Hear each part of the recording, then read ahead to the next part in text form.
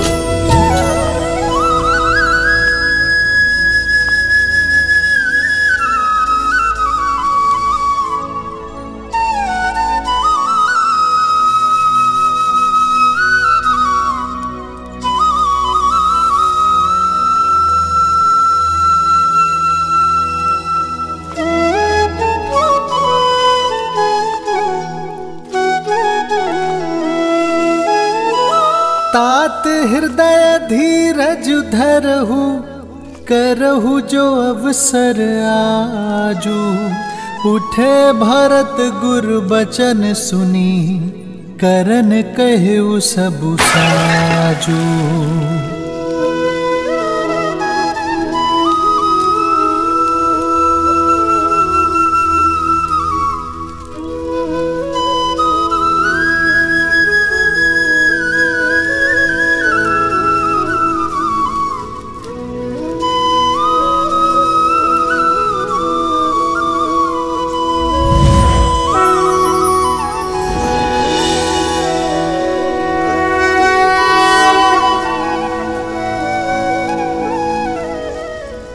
पिताश्री,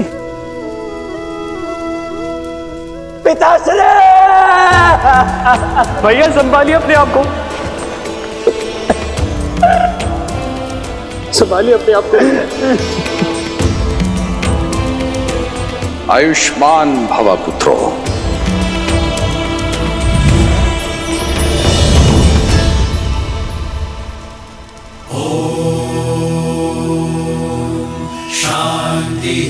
शांति शांति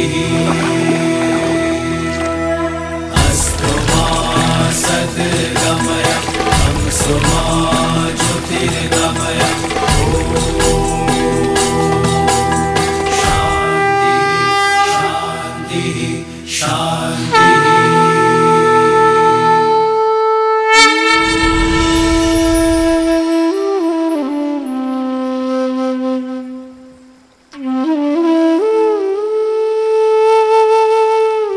पिताश्री,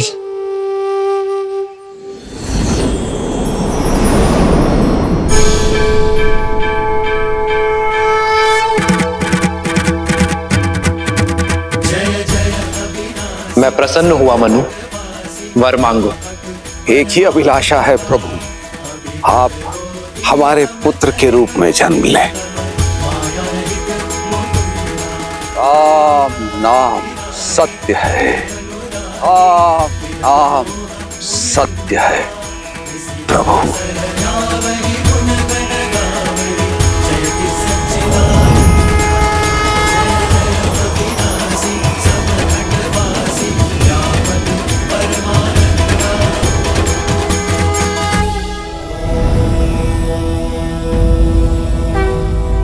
देवी होकर मृत्यु का शोक मना रही हैं। भूल गई अंत ही आरंभ है, और वैसे भी मृत्यु तो एक नए युग के आगमन के उत्सव का प्रारंभ होती है। दशरथ ने अपना संपूर्ण जीवन धर्म और कर्तव्य का आंचल थामा, अपने कर्मों से स्वयं को साधारण से महान बनाया, परंतु अब धरती पर उनका समय समाप्त हुआ और श्री राम का समय आरंभ। तो ये तो उत्सव का समय हुआ ना देवी? मैं दशरथ की मृत्यु का नहीं, एक मां की ममता की हत्या का शोक मना रही हूं महादेव। जगत जननी हूं ना, एक जननी के कर्मों ने मेरे हृदय को भेद दिया है। जिन आंखों में संतान सुख के सपने सजे थे, उन आंखों को वियोग से दृष्टिहीन बना दिया कैकेयी ने। दशरथ से उसके पुत्र और प्राण दोनों छीन लिए। इसमें किसी का दोष नहीं है देवी। श्रीमद् रामायण की इस गाथा में सभी पात्र अपना अपना कर्तव्य निभा रहे हैं। यदि कैकेयी ना होती, उसके दोनों वरदान ना होते, तो श्री राम को वनवास कैसे मिलता? कैसे करते श्री राम संसार में मर्यादा की स्थापना? वास्तविकता तो यह है देवी कि संसार को पाप के श्राप से मुक्ति दिलाने में कैकेयी और उसके दोनों वरदानों का अत्यंत महत्वपूर्ण योगदान है। उतना ही बड़ा सत्य यह भी है कि संसार को धर्म की शिक्षा देने वाली इस महान गाथा में कैकेयी का योगदान कितना बड़ा है, कितना महान है, ये वो स्वयं भी नहीं जानती। अपना नाम, अपना सम्मान, यहां तक कि अपने मन की शांति की भी आहुति दे दी उसने, और श्री राम के जीवन को संसार के उत्थान की ओर अग्रसर कर दिया। इसलिए संसार को यह स्मरण रखना होगा कि श्रीमद् रामायण की इस महान गाथा के लिए जितना महत्वपूर्ण श्री राम का त्याग है, उतना ही महत्वपूर्ण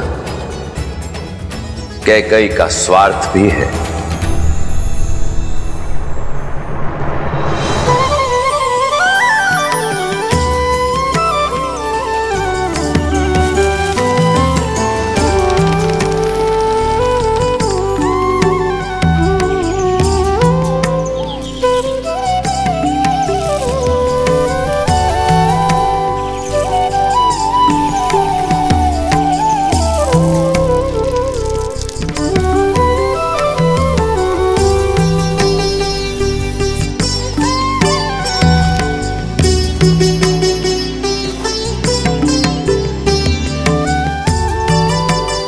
पक्षियों का पेट तो भर दिया, अब तनिक अपना भोजन भी ले लीजिए आर्य।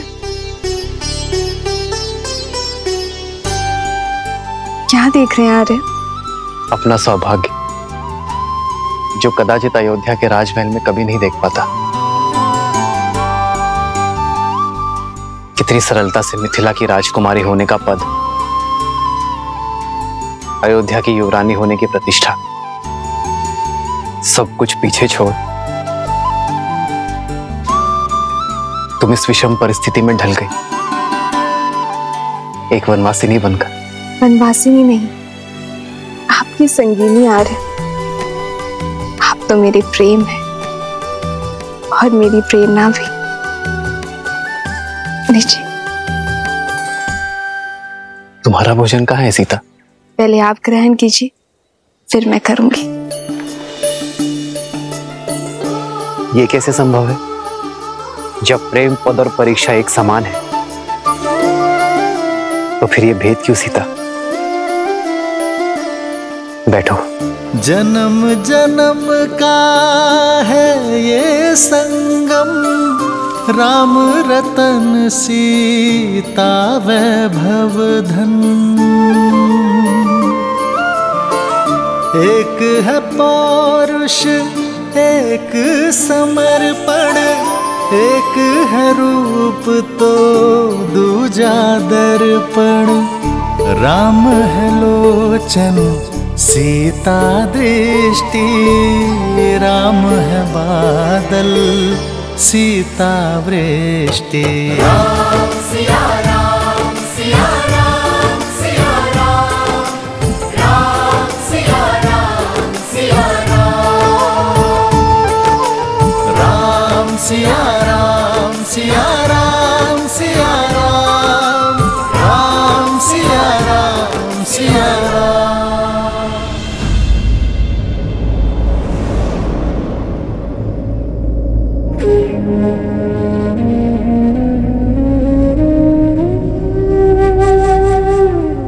पुत्र, जन्म मृत्यु किसी के रोकने से नहीं रुकती। संसार का यही अटल सत्य है और अस्थि विसर्जन ब्रह्मांड में विलीन होने का मार्ग है। 5 तत्वों से बना ये शरीर अंत में 5 तत्वों में ही समा जाता है। कण कण ब्रह्मांड में घुल जाता है। कुमार भरत, महाराज की अस्थि का विसर्जन कीजिए। ये अस्थियां केवल मेरे पिताश्री की ही नहीं, इक्ष्वाकु के वंशज अयोध्यापति महाराज दशरथ की है। इनकी अस्थियों का विसर्जन वही कर सकता है जो महाराज का उद्देश्य और उनका दायित्व अपने सर लेने में सक्षम हो, जो अयोध्या का सच्चा उत्तराधिकारी हो। महाराज की अस्थियों का विसर्जन उनके ज्येष्ठ पुत्र के हाथों ही होना चाहिए, जो कि मैं नहीं, मेरे भैया राम हैं।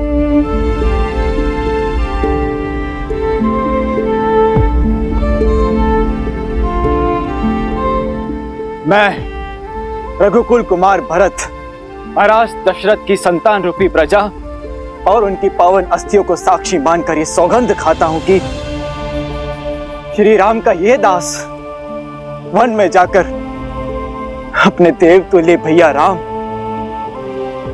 माता समान सीता भाभी और अपने प्रिय अनुज लक्ष्मण को पुनः अयोध्या लेकर ही आऊंगा। महाराज की अस्थियों का यह विसर्जन अयोध्या के नए महाराज हमारे श्री राम ही करेंगे। रघुकुल रीत सदा चली आई,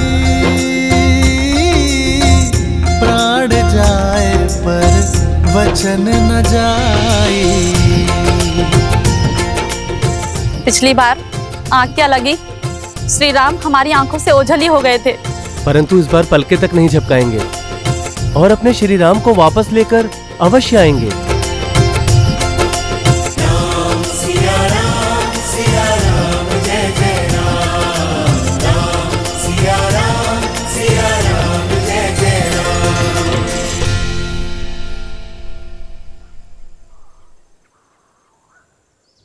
माता, आप दोनों रथ में बैठने की कृपा करें और हम इसी क्षण वन में जाकर अयोध्या की खोई हुई आशा, राम भैया, सीता भाभी और लक्ष्मण को पुनः ले आए। 2 ही रथ क्यों? तुम्हारा रथ कहाँ है भरत? आचार्य, यदि भगवान पीड़ा में हो और कष्ट भोग रहे हो तो भक्त कैसे सुगमता से रह सकता है? मेरे भैया और भाभी वन में पैदल ठोकरे खाते हो तो उनका ये दास रथ में बैठकर कैसे जाए? अतः मैं और शत्रुघ्न पैदल चलकर जाएंगे। जी आचार्य, मैं और भैया पैदल ही जाएंगे उन्हें लेने। आइए माता। रुकिए!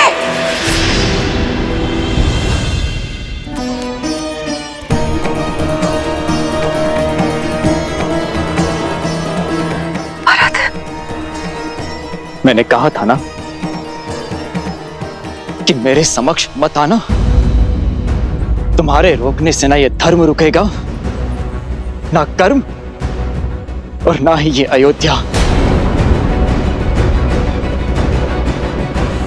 विनती है मेरी, और कोई स्वांग मत रचिए। हम निर्णय ले चुके हैं, हम राम भैया को पुनः लेकर ही लौटेंगे। मैं यहाँ आप सबको रोकने नहीं आई हूं, आप सबके साथ चलने आई हूं। जो अपराध मुझसे हुआ है उसे सुधारने आई हूं, अपने राम को लेने आई हूं। मेरा राम मेरे कारण यहां से गया ना, मेरे कहे बिना वो नहीं लौटेगा भरत।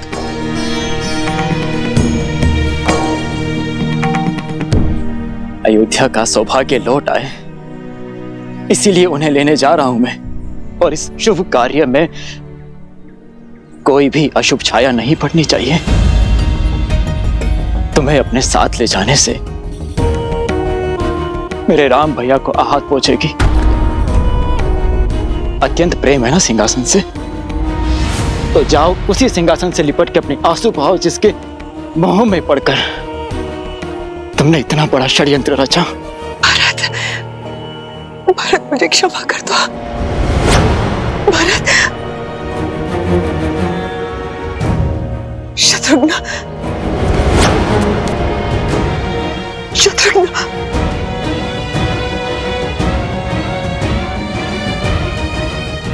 दीदी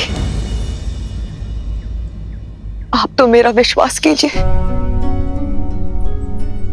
मेरे हाथों बहुत बड़ा पाप हो गया दीदी। उस पाप को धोना चाहती हूँ। प्रायश्चित का एक अवसर दीजिए दीदी। राम ने भी राक्षसी ताड़का को एक अवसर दिया था दीदी, केवल एक अवसर दीजिए दीदी। मैं अपने राम से क्षमा मांगना चाहती हूँ, अपनी सीता से, अपने लक्ष्मण से याचना करना चाहती हूँ दीदी। जिस वचन की डोर के कारण उन्हें वनवास जाना पड़ा, उस डोर को तोड़ना चाहती हूँ दीदी। मैं अपना वचन वापस लेना चाहती हूँ, केवल एक अवसर दीदी।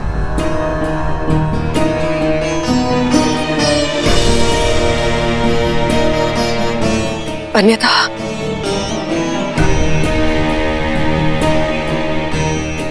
मैं यही अपने प्राण त्याग दूंगी दीदी, मैं अपने प्राण त्याग दूंगी।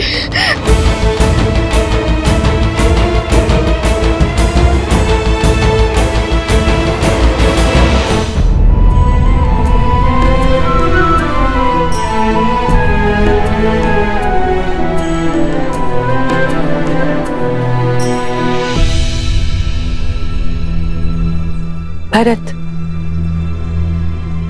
केके भी हमारे साथ जाएगी। किंतु मां,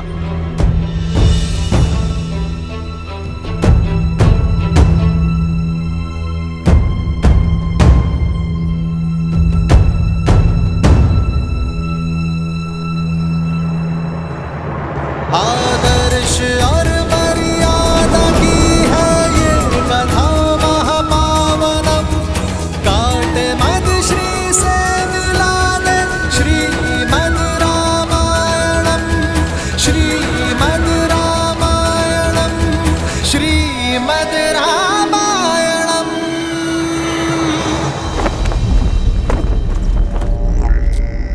यस्य देवस्य गन्धर्वाः पिशाचमटकपुरकाः विद्रवन्ति भयाद्भीताः। ये केवल रावण के शत्रु का शीश नहीं, लंका के शत्रु का शीश है। और उस दुस्साहसी की नियति है जो रावण पर संदेह करता है, और उस मूर्ख को चेतावनी है जो लंका के अस्तित्व, लंका की स्वतंत्रता को ललकारना चाहता है। इससे अंतर नहीं कि वो मित्र है, शत्रु है या संबंधी। स्मरण रहे, जो भी शीश दशानन के समक्ष खड़ा होगा वो कटेगा। वयम राक्षसम।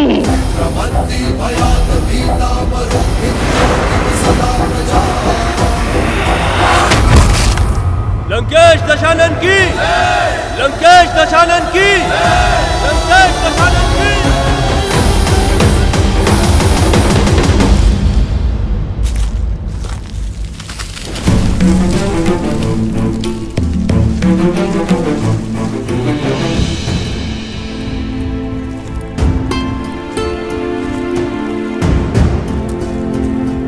प्रणाम ऋषिगण। आयुष्मान भव। आयुष्मान भव। हम श्री राम से मिलने आए हैं। क्या उनसे भेंट हो सकती है? अवश्य, आइए इस ओर। कहिए ऋषिवर, मैं क्या सेवा करूं आपकी? श्री राम आपकी ख्याति सुनकर चले आए, रक्षा की भिक्षा मांगने। संतों की रक्षा ही तो एक क्षत्रिय का पहला धर्म है। आज्ञा करें। हम दंडकारण्य से आए हैं, जहां हम ऋषि मुनि ही क्या, प्रजा भी उन 2 राक्षसों के प्रकोप से ग्रसित है। तो बताइए ऋषिवर, कौन है ये उद्दंडी? खर और दूषण, माया में निपुण लंकापति रावण के सौतेले भाई हैं।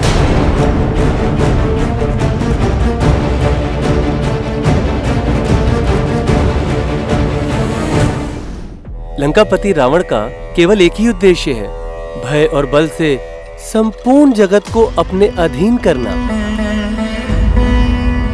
फिर चाहे धर्म और न्याय की बलि ही क्यों न चढ़े, आतंक की सीमा पार ही क्यों न हो जाए। श्री राम, जैसे आपने तारका वर्ण को ताड़का मुक्त किया, उसी प्रकार से हमारे वर्ण को भी खर और दूषण के आतंक से मुक्त कीजिए। प्रजा की सुरक्षा और संतों की सेवा ही रघुवंश की परंपरा है ऋषिवर। हम उनसे विमुख नहीं हो सकते। आप निश्चिंत रहिए ऋषिवर। मुझे विश्वास है कि चित्रकूट में कोई बहुत बड़ा उद्देश्य हमारी प्रतीक्षा कर रहा है। कदाचित इसलिए ऋषि भारद्वाज ने हमें यहां रुकने का परामर्श दिया है। यदि आपकी आज्ञा हो तो चित्रकूट में अपना उद्देश्य समाप्त कर हम कुछ दिनों बाद यहां से प्रस्थान करेंगे। जैसी आपकी इच्छा। शब्दों से अधिक महत्व और कुछ नहीं। हमें विश्वास है जिनके कोई नहीं उनके श्री राम है। अब शीघ्र आइए श्री राम, और हमें रावण और उसके भाइयों के आतंक से मुक्ति दिलाइए।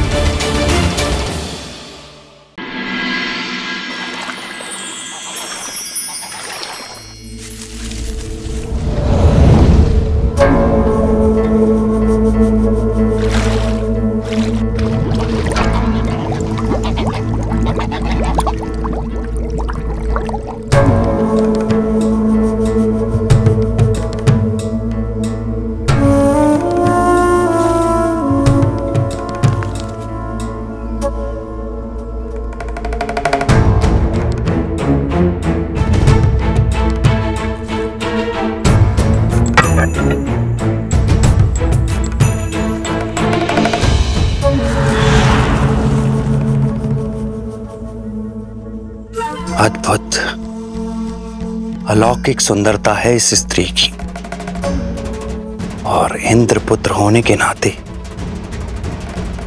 हर सुंदरता पे सिर्फ मेरा अधिकार है।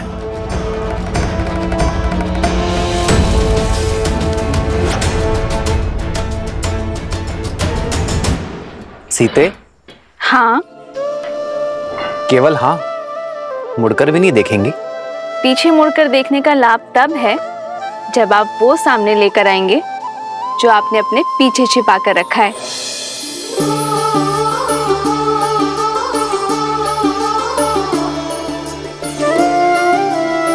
दृष्टि दूसरी ओर थी, तब भी देख लिया मुझे।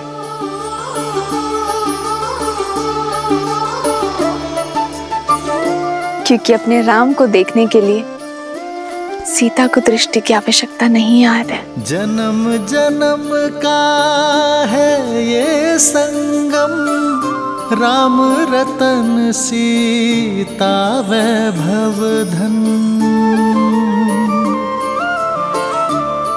ये तुम्हारे लिए है सीता।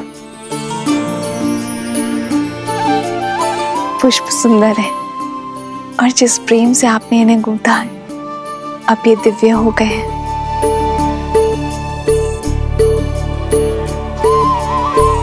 आपने ये केवल दिखाने के लिए बनाए हैं,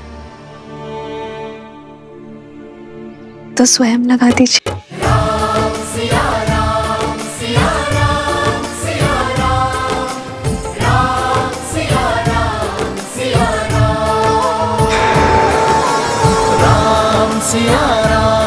सिया राम सिया राम, राम सिया राम। प्रसन्न हो सीता? हाँ, किंतु मुझे प्रसन्न करने के लिए उपहारों की आवश्यकता नहीं है आर्य। केवल आपका साथ ही पर्याप्त है। जानता हूं सीता, किंतु प्रेम पा लेने के बाद उसका महत्व कम आंकना ही पुरुषों की सबसे बड़ी भूल होती है। जो है, जितना है, उसी में निरंतर प्रयास करना ही सच्चा प्रेम है। फिर महाराज दशरथ की सबसे प्रिय पुत्र वधु और महाराज जनक की सबसे प्रिय पुत्री के लिए मैं इतना ना कर सकूं, तो फिर मेरे पुरुषार्थ का लाभ ही क्या है? आपको ऐसा लग रहा होगा ना कि मेरे माता पिता को मेरी चिंता होगी, किंतु चिंता वहां होती है जहां विश्वास नहीं होता। और मेरे माता पिता को आप पर पूरा विश्वास है। अपने जमाता श्री राम पर महाराज जनक का विश्वास पूर्ण है।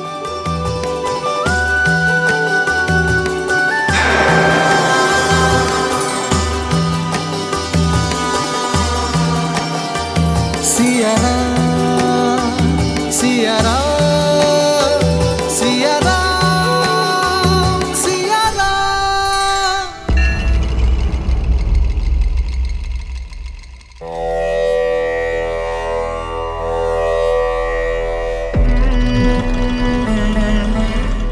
तिलक लगा रही हो, परंतु हाथों में कंपन है। तुम हमारी विजय से प्रसन्न नहीं मंदोदरी? आपके विजय के उल्लास में तिलक लगाया आपकी भार्या ने, पर एक मां के हाथ कांप रहे हैं, क्योंकि आपके पाप के कारण मेरे पुत्र को श्राप मिला। क्या लंका को आप यही दिन दिखाएंगे दशानन, कि लंकेश का आदेश उनके पुत्र की मृत्यु का कारण बनेगा? माता, जो श्राप कभी सत्य होगा ही नहीं, उसके ताप से कैसा भय? और मुझे पूर्ण विश्वास है मेरे पिताश्री मुझे कभी ऐसी कोई आज्ञा नहीं देंगे जिससे मेरी मृत्यु मेरे समीप आए और लंका की महारानी को ये भयभीत होना शोभा नहीं देता। ये महारानी तुम्हारी मां भी है पुत्र। इस श्राप का भय इस मां के मन से कभी नहीं जाएगा। शाप और वरदान एक वीर के जीवन का भागीदार होता है मंदोदरी, परंतु एक पिता तुम्हें यह वचन देता है, जब तक मेरी श्वास चलेगी मेरे पुत्र पर किसी संकट की छाया नहीं पड़ने दूंगा।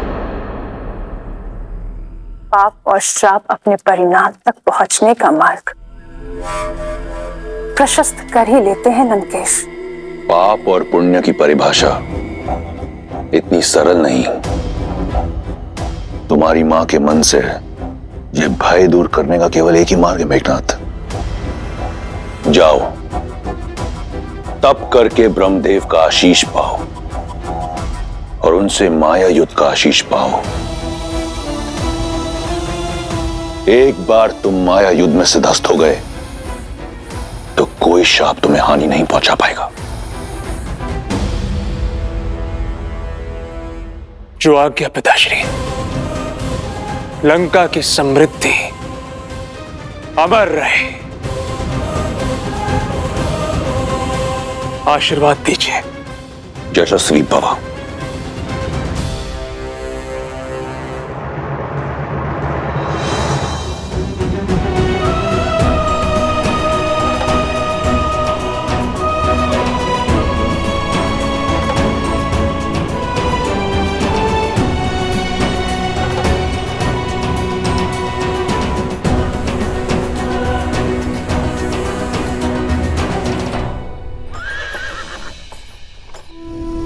हो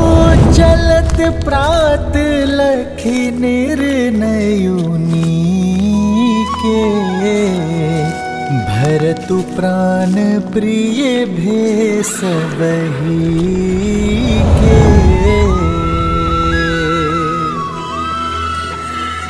मुनि ही बंदी भरत ही सिरुनाई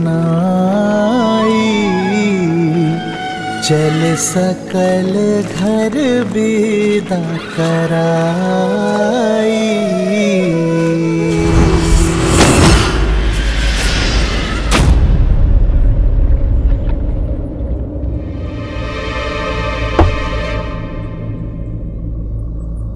ये चेतावनी कैसी?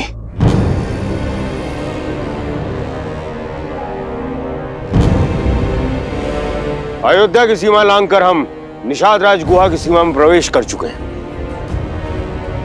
अपने राम भैया को लाने के लिए हमें जो सीमा तोड़नी पड़े हम तोड़ेंगे।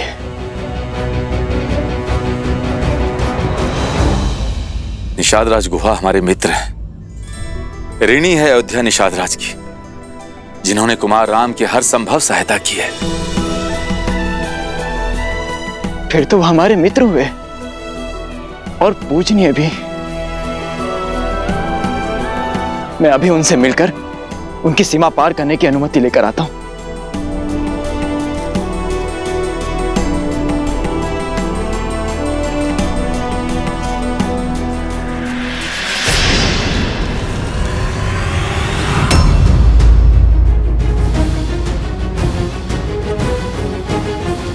सावधान सावधान सावधान। अयोध्या नरेश भरत,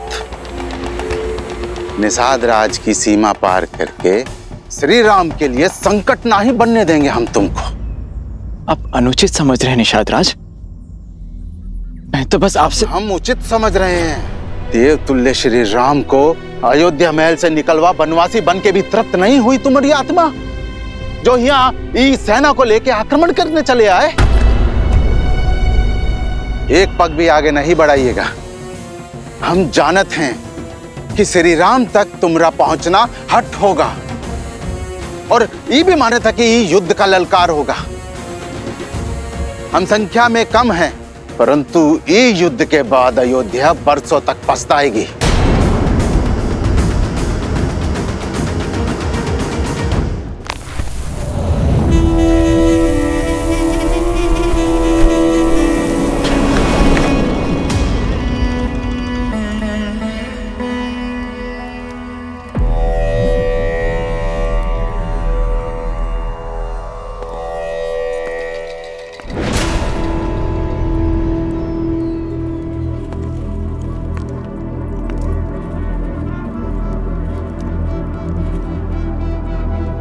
मैं जानता हूं तुम क्या पूछना चाहती हो। मैं फिर भी सुनना चाहता हूं। भैया, आपने मेरे पति के प्राण ले लिए, उससे विचलित नहीं हूं मैं, क्योंकि कदाचित यही आवश्यक था। अगर विचलित नहीं हो तो क्या प्रश्न लेकर आई हो? यही कि मैं अपने पुत्र के प्रश्नों का क्या उत्तर दूं भैया। मामा के होते मां को उत्तर देने की आवश्यकता नहीं।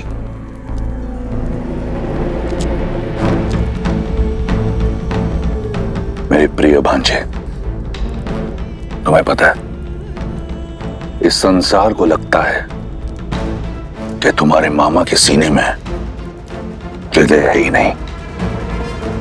वो किसी की पीड़ा, किसी की व्यथा नहीं समझ सकता, परंतु ऐसा नहीं है।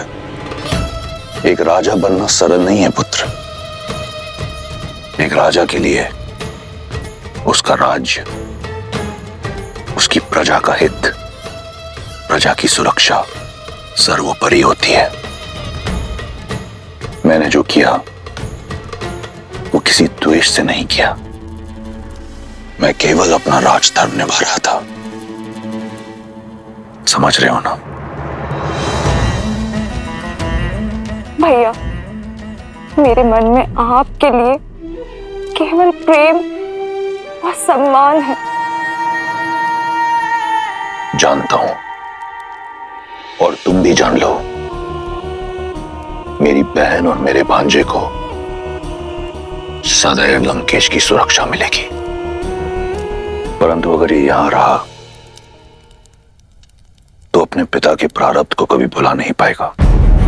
तुम दोनों दंडकारण्य चले जाओ, हमारे दूर के भाई कारदूषण के पास।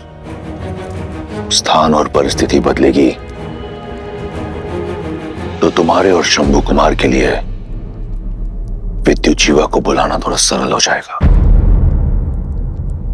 मैं समझती हूँ भैया, आपके आदेश का पालन होगा। मैंने तुम्हारा पति छीना है, तुम्हारा जीवन नहीं। पत्नी धर्म से मुक्त हो तुम, जीवन का नया पथ और नया साथी चुनने को स्वतंत्र हो तुम। ये मेरा वचन है, जो भी तुम्हें भाएगा तुम्हारा होगा, किसी भी मूल्य पर। ये रावण का वचन है।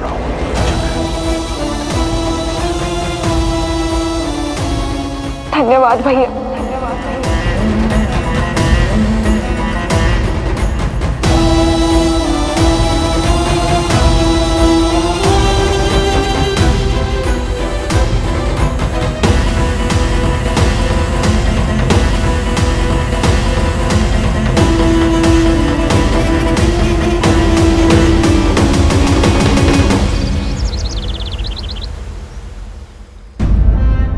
महाराज दशरथ का देहांत और मेरी सीता, राम, सीता और लक्ष्मण को वनवास भेज दिया गया है। ये क्या अनर्थ हो रहा है अयोध्या में आर्य? मेरी सीता और उर्मिला के साथ घोर अन्याय। आर्य, हम इसी क्षण अयोध्या जाएंगे और लेकर आएंगे अपनी पुत्रियों को। हमने उनका विवाह कष्ट और यातनाएं सहने के लिए नहीं किया था। मैं अपनी पुत्री सीता को भली भांति जानता हूं। श्री राम के साथ वन में जाने का निर्णय उसी का होगा, और कुमार लक्ष्मण भी अपने भाई की परछाई हैं, बिना उर्मिला की सहमति के वन में नहीं गए होंगे। और इस संबंध के लिए हमारा कोई उत्तरदायित्व नहीं।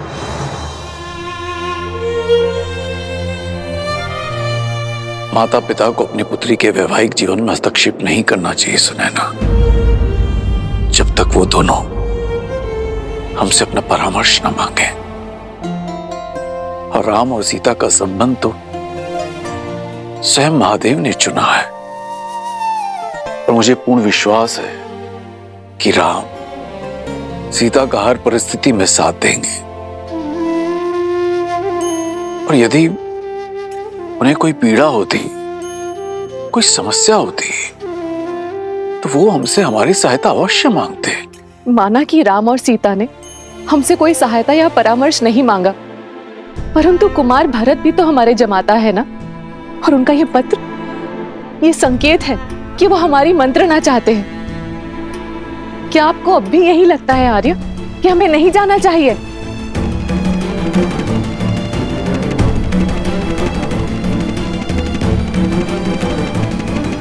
हमरे शरीर में प्राण रहते हम आपको आगे नहीं बढ़ने देंगे।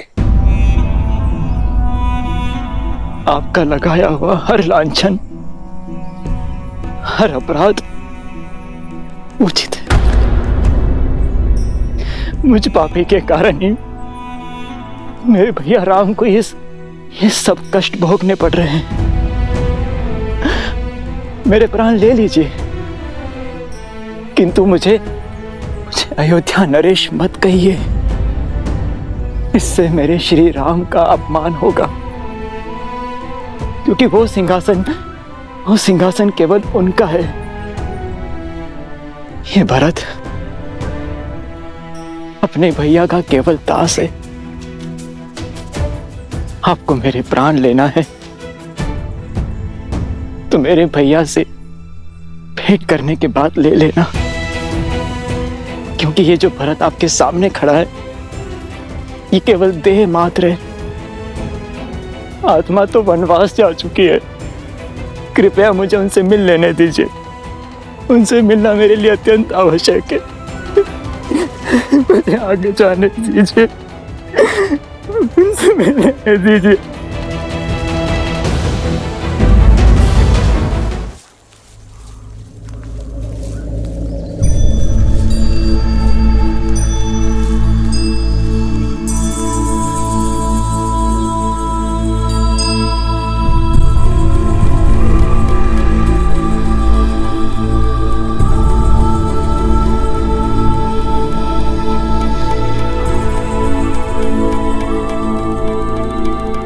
ये का है? सारी महारानियां ऐसन वस्त्र में और ये कलश।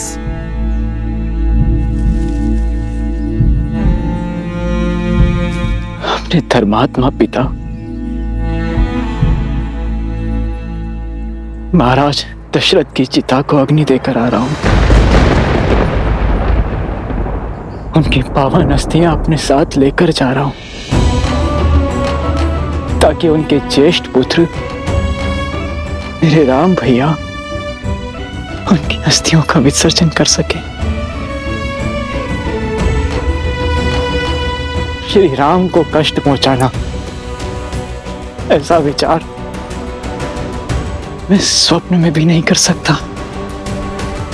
मेरी मंशा तो उन्हें उनके उचित स्थान अयोध्या के सिंहासन पर बैठाने की है। यदि आपको अब भी मुझ पर संदेह है तो लीजिए, ले लीजिए मेरे प्राण।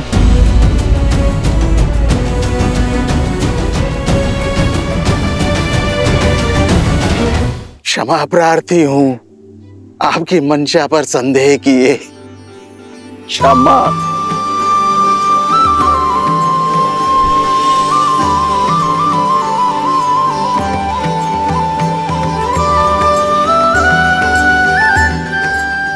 वही प्रेम, वही भावना, वही ऊर्जा जो श्री राम से गले मिलते हुए हमको अनुभव हुई थी। सत्य कहा आपने निषाद राज जी, सत्य का। मुझे भी ऐसा ही आभास हुआ जैसे मानो मेरे राम भैया ने मुझे अपने हृदय से लगा दिया। बताइए ना, किस और गए हैं वो? मैं वहां की पावन धरती को नमन करना चाहता हूं जहां मेरे श्री राम ने अपने चरण रखे।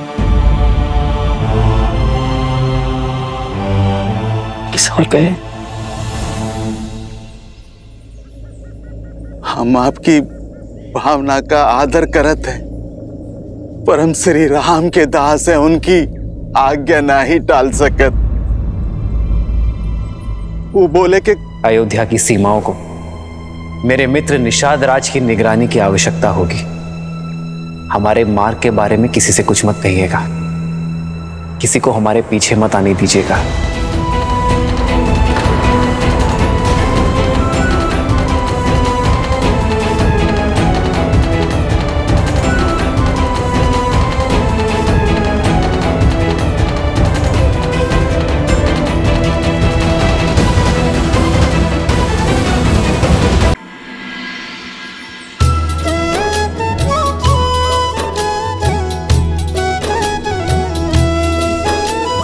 बंदे संत समान चित, हित अनहित नहीं कोई।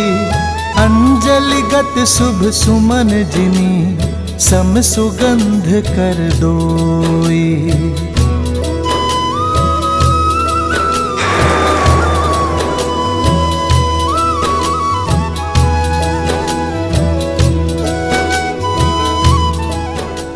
राम राम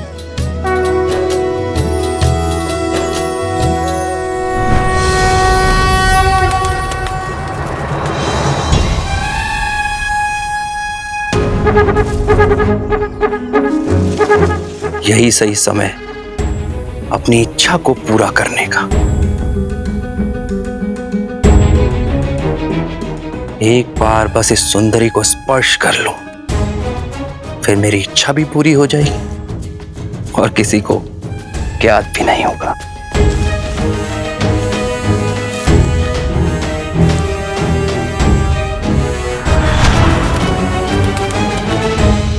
बताइए ना, किस और गए हैं वो? मैं वहां की पावन धरती को नमन करना चाहता हूं, जहां मेरे श्री राम ने अपने चरण रखे। हम आपकी भावना का आदर करते हैं, पर हम श्री राम के दास हैं, उनकी आज्ञा ना ही टाल सकत। उनका स्पष्ट निर्देश है कि उनके पीछे किसी को ना आने दो। क्षमा क्षमा। श्री राम के साथ यहाँ रहने नहीं, अपितु उन्हें अपने साथ अयोध्या ले जाने आया हूं। और क्या इसमें भी उनकी आज्ञा का उल्लंघन होगा? पर क्या आप नहीं चाहते कि मेरे भैया राम अयोध्या के सिंहासन पर बैठे?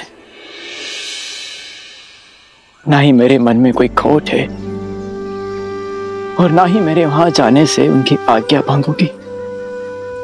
आगे का मार्ग बता दीजिए मुझे, अन्यथा मैं अपनी देह यहीं त्याग दूंगा।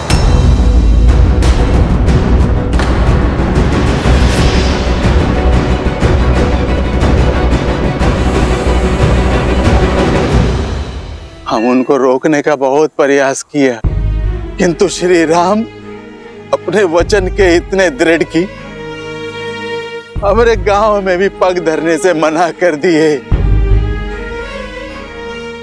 यहाँ वृक्ष के नीचे विश्राम किए सीता मैया के संग, और वहां लक्ष्मण भैया बिना पल के जब गाय रात्रि भर पहरा देते रहे। अयोध्या के गौरव मेरे राम भैया सीता भाभी मां को इतने कष्ट भोगने पड़े। बेकार है ऐसे दास पर।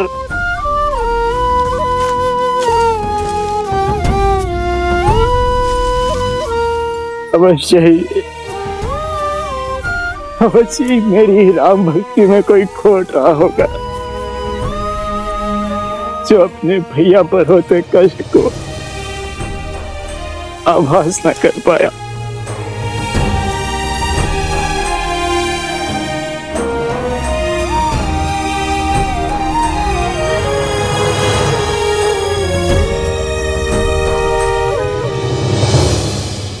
भोर होते ही सन्यासी का वेश धारण कर अपने केसों की जटा बांध वो वन की तरफ चल पड़े और अपनी पादुका भी छोड़ दी।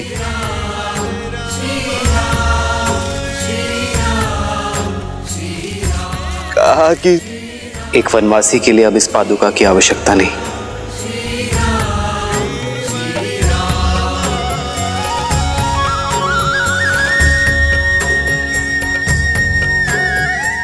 जिस मार्ग पर मेरे राम भैया नंगे पांव चले हो, तो उनका ये दास वो भी पादुकाएं नहीं पहनेगा, वो भी नंगे पांव चलेगा। निषाद राज, मुझे शीघ्र अपने भैया के पास ले चलिए। आप सब बहुत दूर से आए हैं, बहुत थक गए, तनिक विश्राम कर लीजिए। जब तक अपने राम भैया के चरणों में अपने किए हुए अपराध की क्षमा ना मांग लूं, राहत की सांस नहीं लूंगा मैं। बताइए ना, कहाँ गए वो? वन की ओर।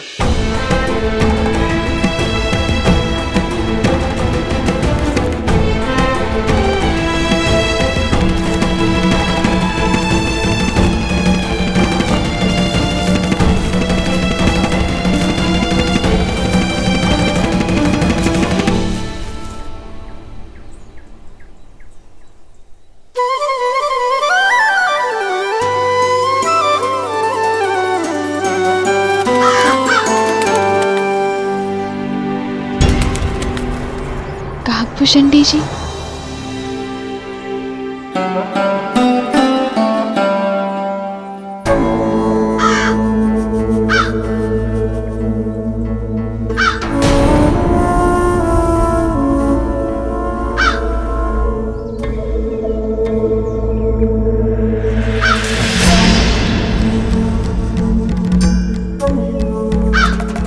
कौन हो तुम?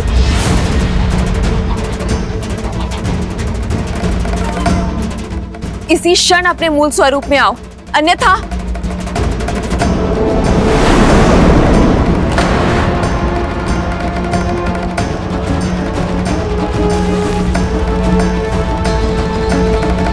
मैं इंद्रपुत्र जयंत हूं, कृपया क्रोधित ना हो। मैं तो केवल आपके चरण स्पर्श कर आपका आशीर्वाद लेना चाहता था। एक स्त्री को प्रकृति छठी इंद्री के साथ इस संसार में भेजती है, जो मलिन स्पर्श और मलिन दृष्टि दोनों को समझ जाती है, और तुमने मुझे मलिन हृदय से छुआ है।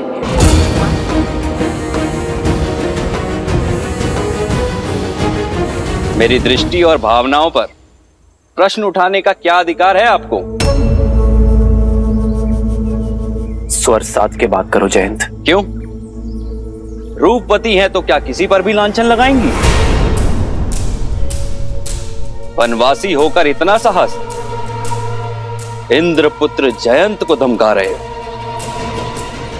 ठीक है, छुआ मैंने तुम्हें मलिन भाव से, क्या कर लोगी? क्या कर लेगा तुम्हारा ये वनवासी पति?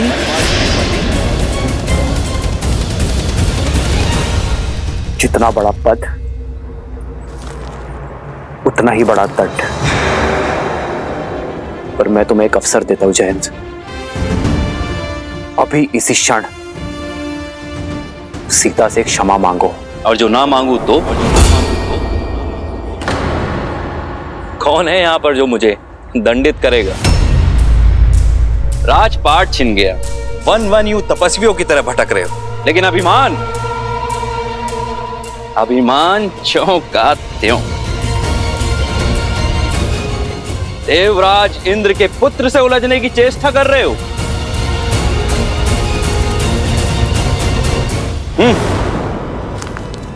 रुक जाओ जयंत।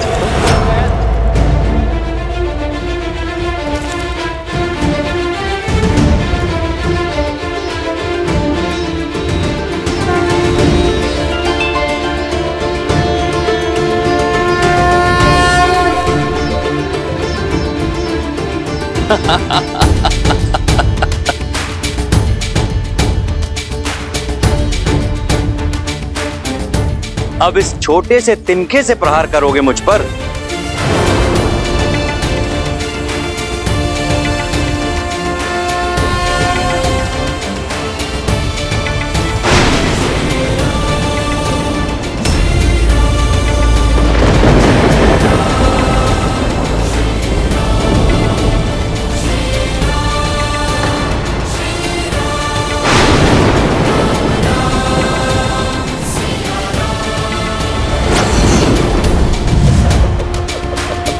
ब्रह्मास्त्र!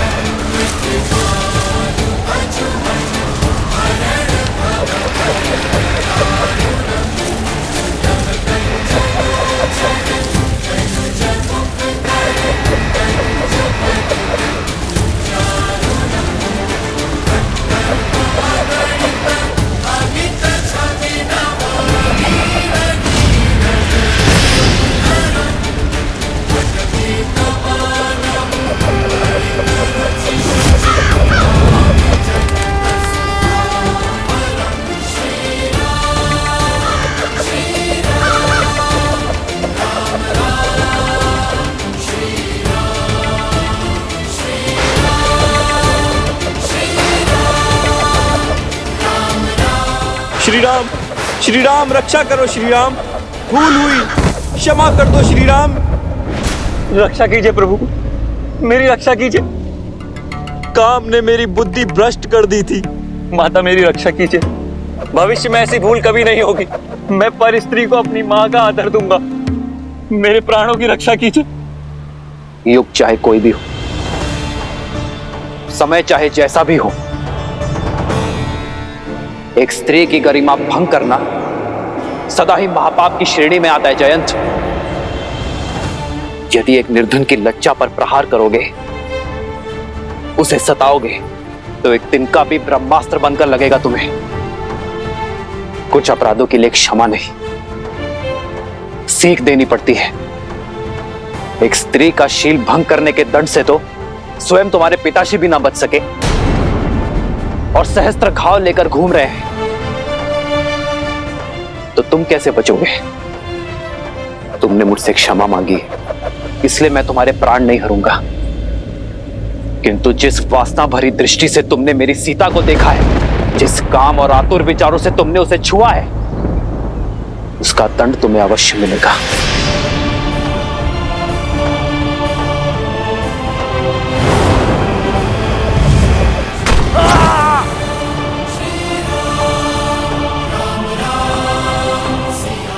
मुझे जीवित छोड़ने के लिए धन्यवाद श्री राम। मैं वचन देता हूं कि भविष्य में फिर कभी किसी भी स्त्री के लिए अपने मन में कुविचार नहीं लाऊंगा। मैं वचन देता हूं।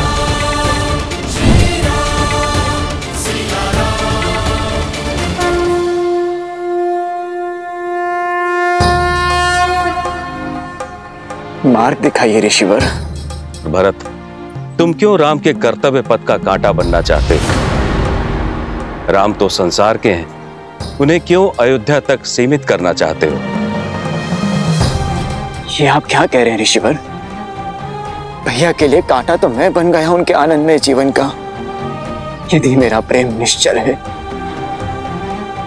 यदि मेरे भीतर आप सत्य देख रहे हैं, तो मुझे मेरे राम भैया का पता बताइए। उन्हें उनके उचित स्थान अयोध्या में लौट आने का मार्ग बताइए,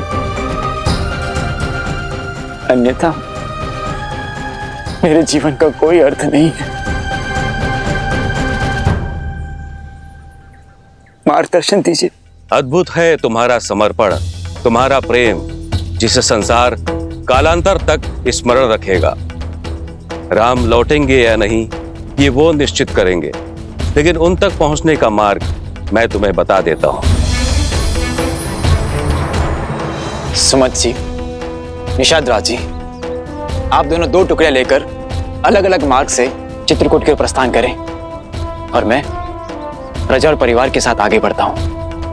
देखिए, इस निर्जन वन में कहां वसंत आया हुआ है, अवश्य भैया वहीं होंगे।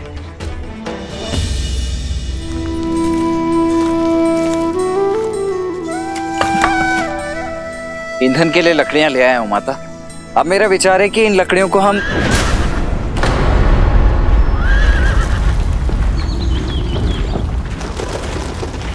अवश्य कोई संकट निकट है। आप चिंता मत कीजिए, मैं अभी देख कर आता हूं।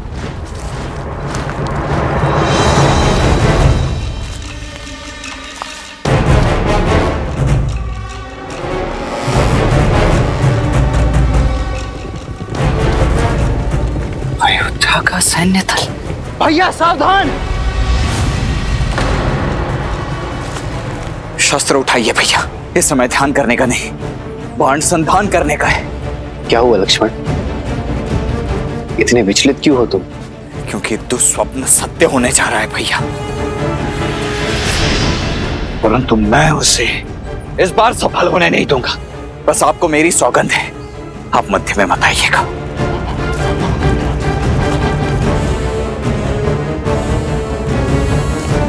क्या हुआ लक्ष्मण, कौन आया है? वही भैया, आपका प्रिय भरत। क्या मेरा भरत आया है?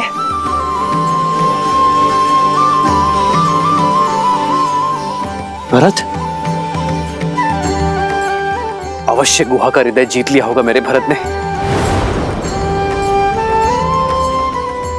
अब तो बड़े हो जाओ लक्ष्मण। क्या बचपन की भांति अब भी मेरे प्रेम के लिए भरत से लड़ने को सज्ज हो तुम? आपका मन इतना पवित्र क्यों है भैया?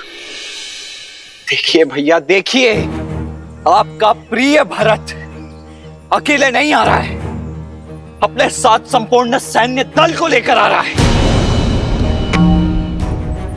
और सेना लेकर कोई भी भ्रातृ प्रेम जताने तो नहीं आता है भैया, आक्रमण करने आता है। आपको निष्कासित करके उसका मन नहीं भरा है भैया। और फिर अयोध्या के मन में अब भी बसे तो आप ही है ना भैया। इस बात को सहन नहीं कर पाएगा, वो नहीं कर पा रहा है। भय है उसे भैया कि कहीं उसका राज्य उससे छिन ना जाए, इसीलिए आप पर आक्रमण करके इस संदेह को सदा सदा के लिए मिटा देना चाहता है। लक्ष्मण, संसार में ऐसा कुछ नहीं जो मेरे भरत के मन को मलिन कर दे। माता कैकेयी के लिए भी तो आपके विचार यही थे ना भैया, परंतु उनका मन तो हो गया मलिन। भूलिए मत भैया, भरत की धमनियों में भी उन्हीं का रक्त दौड़ रहा है। शक्ति और सिंहासन की चाह ने देवराजेंद्र तक को भ्रमित कर दिया था, फिर भरत तो एक साधारण सा मनुष्य ही है ना। यही तो अंतर है इंद्रदेव में और भरत में लक्ष्मण। वो भरत है, कभी भ्रमित नहीं हो सकता। तो मैं भी आपका लक्ष्मण हूं भैया, जिसके जीवन का एकमात्र उद्देश्य आपकी रक्षा करना है और कुछ नहीं। और ये तो मैं करके रहूंगा। लक्ष्मण,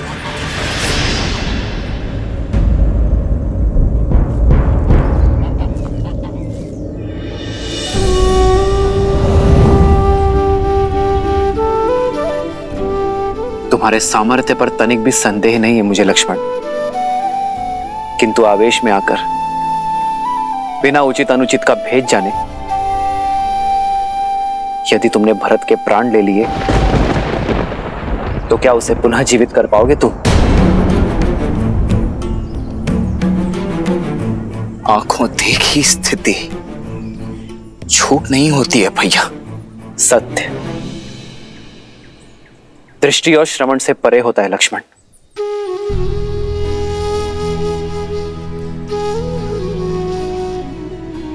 यदि भरत पर नहीं तो मुझ पर विश्वास कर लो।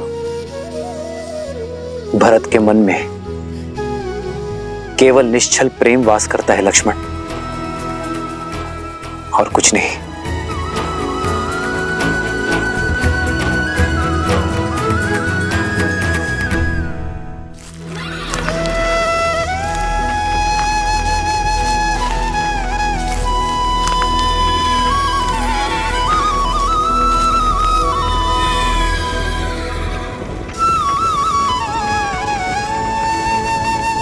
भरत भैया, भरत भैया, वो कुटिया मिल गई जिसमें श्री राम, सीता मैया और लक्ष्मण भैया रहते रहे। अब एक क्षण भी उनका वियोग नहीं सह सकता मैं। वो कुटिया कहाँ है? हुआ है भरत भैया। निषाद राज जी, आप शेष सभी को लेकर के आइए, अब और प्रतीक्षा नहीं कर सकता मैं। हुआ चलो चलो चलो, सब पीछे पीछे आओ, हमरे आओ, चलो।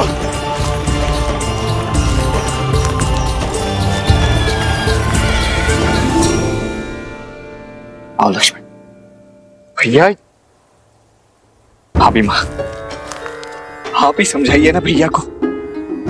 समझने की आवश्यकता तो तुम्हें है लक्ष्मण। आवश्यक तो नहीं ना भैया, कि स्नेह का जो बीज आपके मन में पनप रहा है वही भरत के मन में भी हो।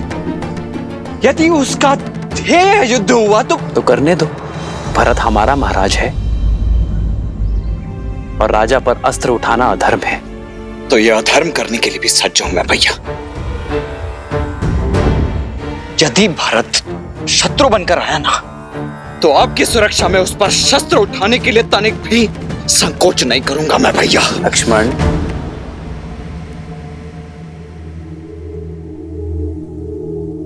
राम भैया,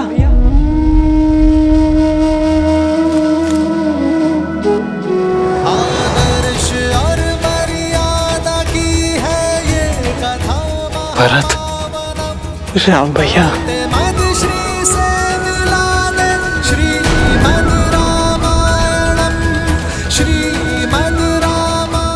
मेरा भरत।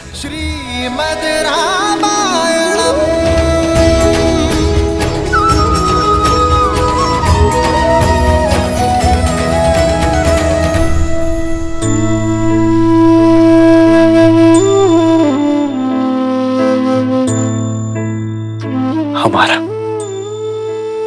अयोध्या का महाराजा भरत। आप महाराज मत कहिए भैया।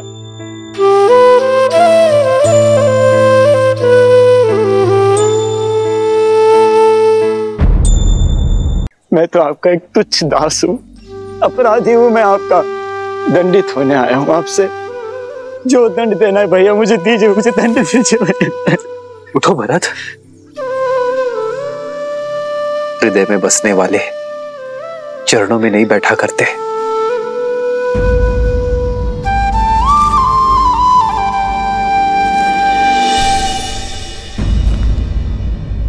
मैं हृदय से लगाने के नहीं बल्कि 100 कोड़े बरसाने के योग्य हूं।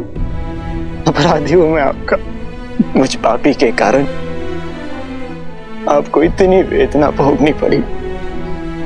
महलों की शोभा बढ़ाने वाली मेरी भाभी मां को एक वनवासी का जीवन जीना पड़ा और अपने प्राण से प्रिय लक्ष्मण को इतना कष्ट भोगना पड़ा। मुझे दंड दीजिए भैया, मैं इसी का भागी हूँ, इसी का भागी हूँ मैं।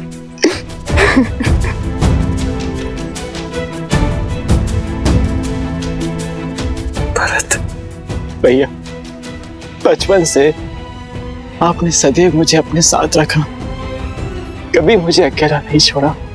सदैव हर निर्णय में मुझे अपने साथ सम्मिलित किया।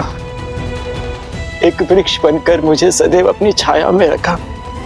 इस बार बिना मुझे सम्मिलित किए अपनी छाया से दूर कर अकेला छोड़ा है अपने भरत को, अकेला छोड़ा है भैया। भरत,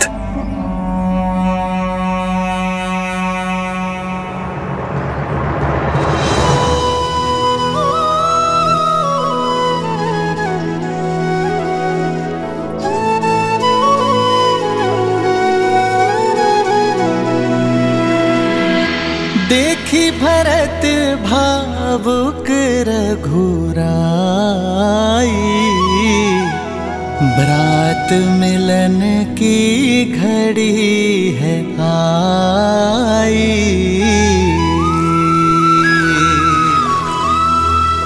प्रेम सहित प्रभु हृदय लगाए,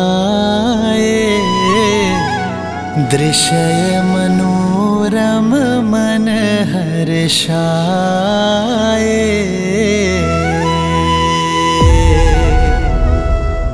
विश्वास नहीं होता, भिन्न भिन्न गर्भ से जन्म लेने वाले भाइयों के बीच इतना प्रेम। भाई एक दूसरे के पूरक होते हैं देवी।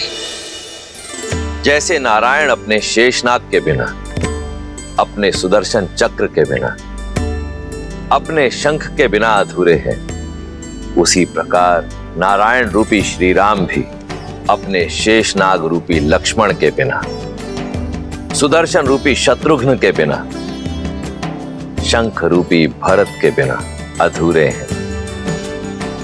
भविष्य में जब जब संसार में प्रेम और धर्म का महत्व कम होगा, तब तब ये संसार इन चारों भाइयों के परस्पर प्रेम और समर्पण को सदैव स्मरण करेगा।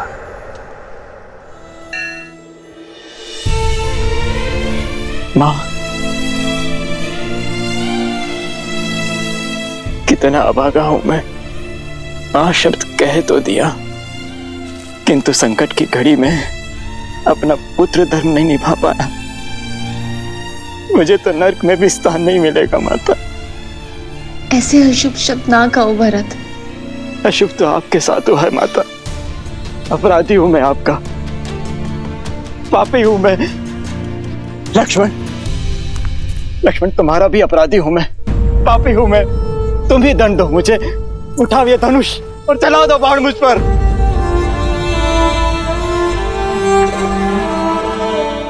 कर दो मुझे दुष्टा कैकई के पुत्र होने की ग्लानि से मुक्त। कलंकित कर दिया उसने मेरा जीवन। भरत,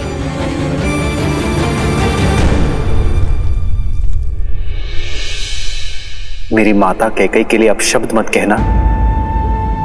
रघुकुल में स्त्री के सम्मान का पाठ पढ़ाया जाता है, उन्हें कलंकित करने का नहीं। और माता कैकई केवल एक स्त्री नहीं है, हमारी माता है। पिताश्री की तो सबसे प्रिय है माता कैकई।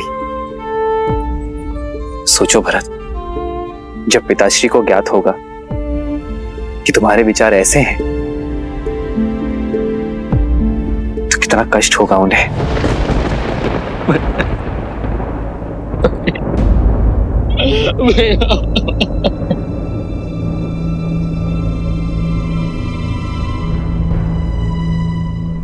भरत, क्या हुआ भरत? मैं हूं ना यहां तुम्हारे पास, अपने भरत के पास। शत्रुघ्न, तुम दोनों को ऐसे विलाप करता देख मेरे मन में अनगिनत कुशंकाएं जन्म ले रही हैं। और तुम दोनों यहां अकस्मात कैसे चले आए? अयोध्या में सब कुछ कुशल मंगल है ना भरत? और पिताश्री कैसे हैं? पिताश्री तो ठीक है ना? उन्हें छोड़कर कैसे आ गए तुम दोनों? पिताश्री, पिताश्री। उत्तर दो भरत, मेरी बात का उत्तर।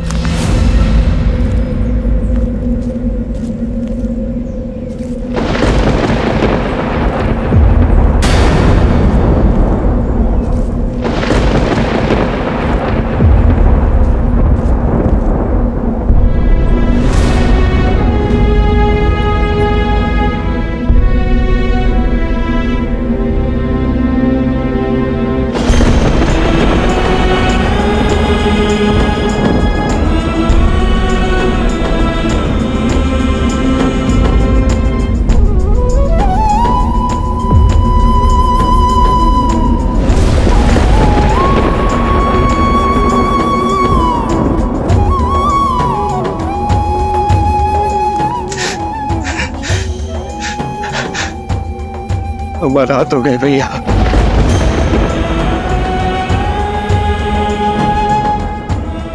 हमारा हाथ हो गए।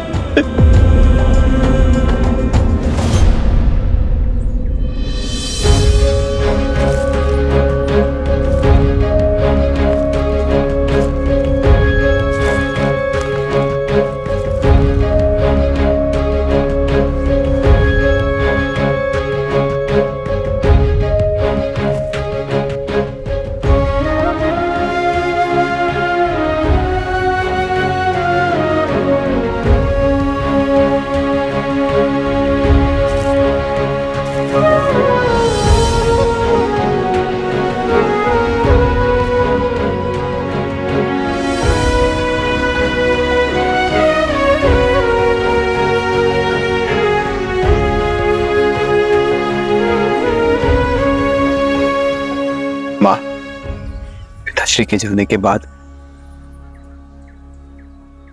मेरे माओ की ममता का ही तो सहारा है मुझे।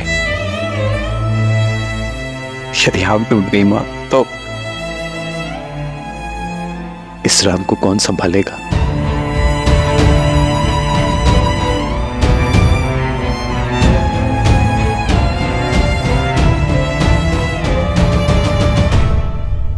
क्या कई मां नहीं आई?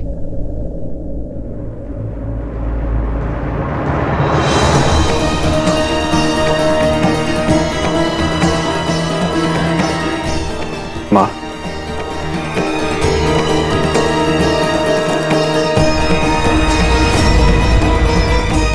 मां होने का स्थान और सम्मान दोनों खो चुकी हूं मैं। मुझ जैसी कुमाता के चरण छूकर आपके भागी मत बनो राम। स्वर्ग जैसी अयोध्या में ईर्ष्या का विष खोला है मैंने। प्राणों से अधिक प्रेम करने वाले पति के प्राण लिए हैं मैंने। सगे पुत्र से भी अधिक प्रेम और सम्मान करने वाले पुत्र को कष्टों का ये वियोग दिया है मैंने राम। मैं तो तुमसे क्षमा मांगने योग्य भी नहीं हो रहा, क्षमा मांगने योग्य भी नहीं हो रहा। ऐसा मत कहिए मां, क्षत्रानी हैं आप। अस्त्र को अग्नि में तपाकर अकाट्य बनाया जाता है, स्वर्ण को तपाकर कुंदन बनाया जाता है। आप तो अपने राम को और सबल बना रही हैं मां। सब नियति का खेल है मां। जो आज अशुभ है वो कल शुभ हो जाएगा। यदि आपने अपने राम को चरण स्पर्श करने ना दिए तो आपके राम का जन्म व्यर्थ हो जाएगा मां।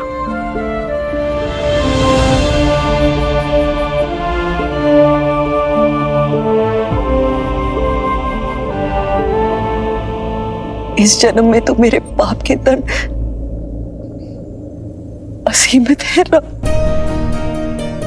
कभी भी किसी पुत्र को मुझ जैसी माता न मिले, किंतु प्रभु से यही प्रार्थना होगी कि हर जन्म में मुझे तुम जैसा पुत्र ही मिले मेरा राम।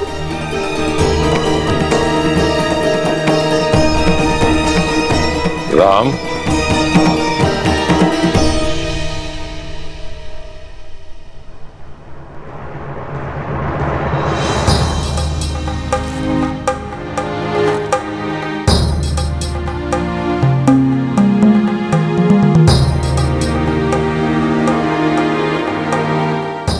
जो बीत गया उस पर शोक नहीं करते राम।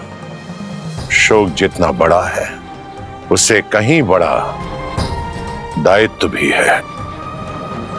महाराज दशरथ के ज्येष्ठ पुत्र होने के नाते पिंडदान और अस्थि विसर्जन करो।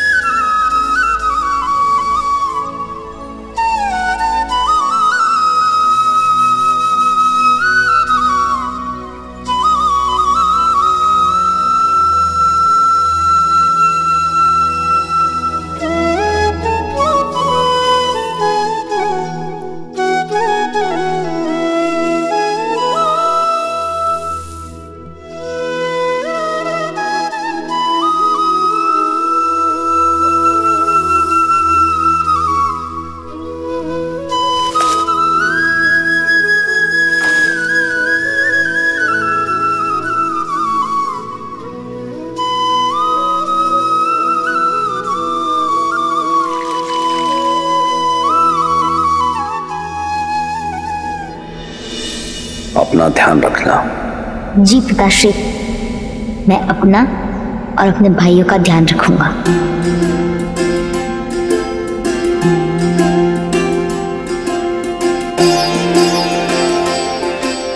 हमारे पिताश्री साक्षात धर्म थे और धर्म कभी संसार से नहीं जाता। वो हम सब में अंश बनकर, अयोध्या का मान बनकर, रघुकुल की रीत बनकर। महाराज दशरथ की अंतिम संस्कार की अंतिम क्रिया समाप्त हुई। पंचतत्वों से बना हुआ शरीर पंचतत्वों में विलीन हो गया। जीवन का यही परम सत्य है और इसे स्वीकार करो पुत्र, और अपने पिता के सपनों को और उनकी मर्यादाओं को साकार करो।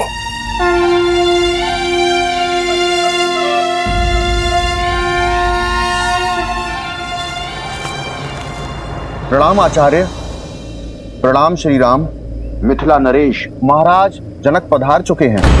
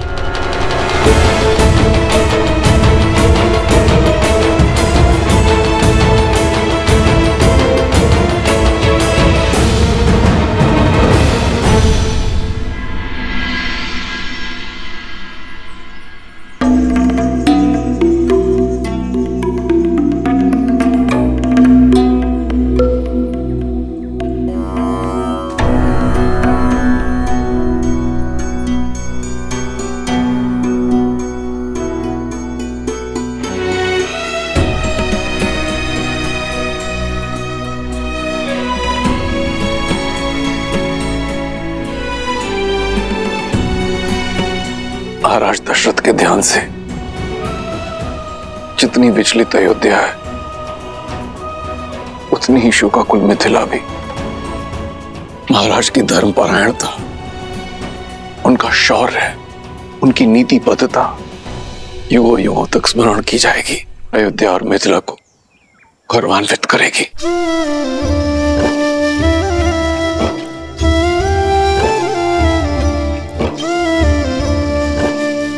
जिस पुत्री को इतने लाड प्यार से पाला, उस पुत्री को इस वनवासी रूप में देख आंखें भी भर आई और मन भी। मैं तुम्हारे लिए तुम्हारी माता का संदेश लाया हूं। वो चाहती हैं कि तुम अयोध्या लौट जाओ।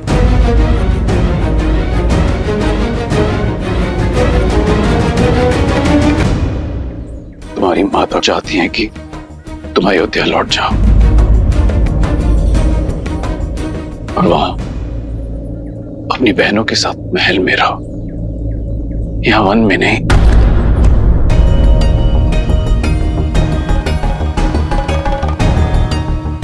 जैसे राम के साथ लक्ष्मण है, वैसे ही अपनी बहनों के साथ सीता।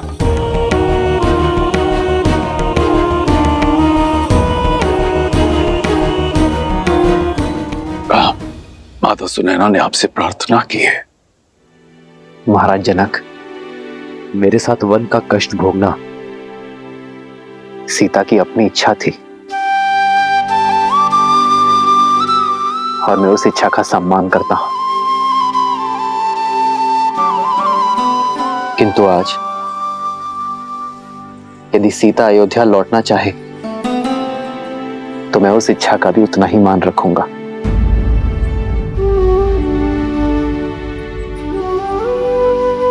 पुत्री, अब तो श्री राम की भी सहमति है। तुम साथ चलोगी ना पुत्री? ये एक पिता की विनती है। पिता के निश्चल प्रेम को और पति के समर्पण को कोई स्त्री नहीं नकार सकती पिताश्री,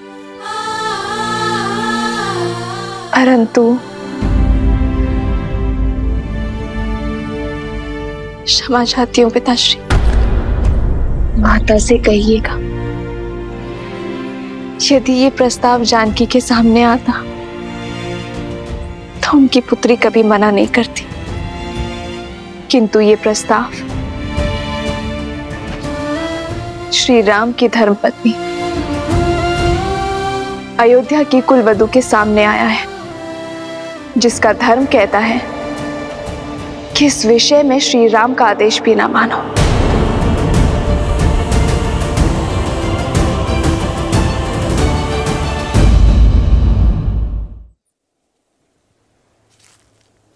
पिताश्री, माता से कहिएगा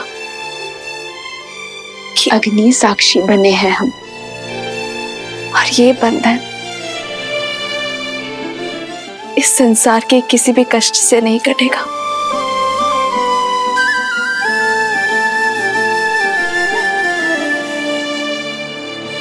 पुत्री, तुम्हारा ये समर्पण स्त्री जाति के लिए एक उदाहरण स्थापित करेगा। सुख तो साथ मिलकर सभी भोगते हैं, किंतु जो साथ मिलकर कष्टों में आनंद ढूंढे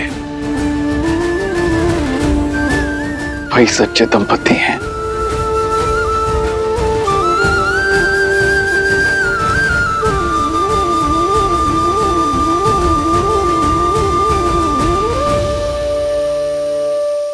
क्या करूं पिताश्री,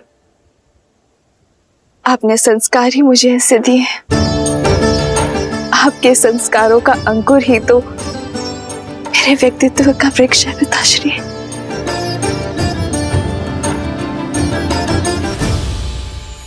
और अयोध्या में जो विष की फसल लहरा रही है, उसे काटने के लिए आप सभी को लौटना होगा भैया।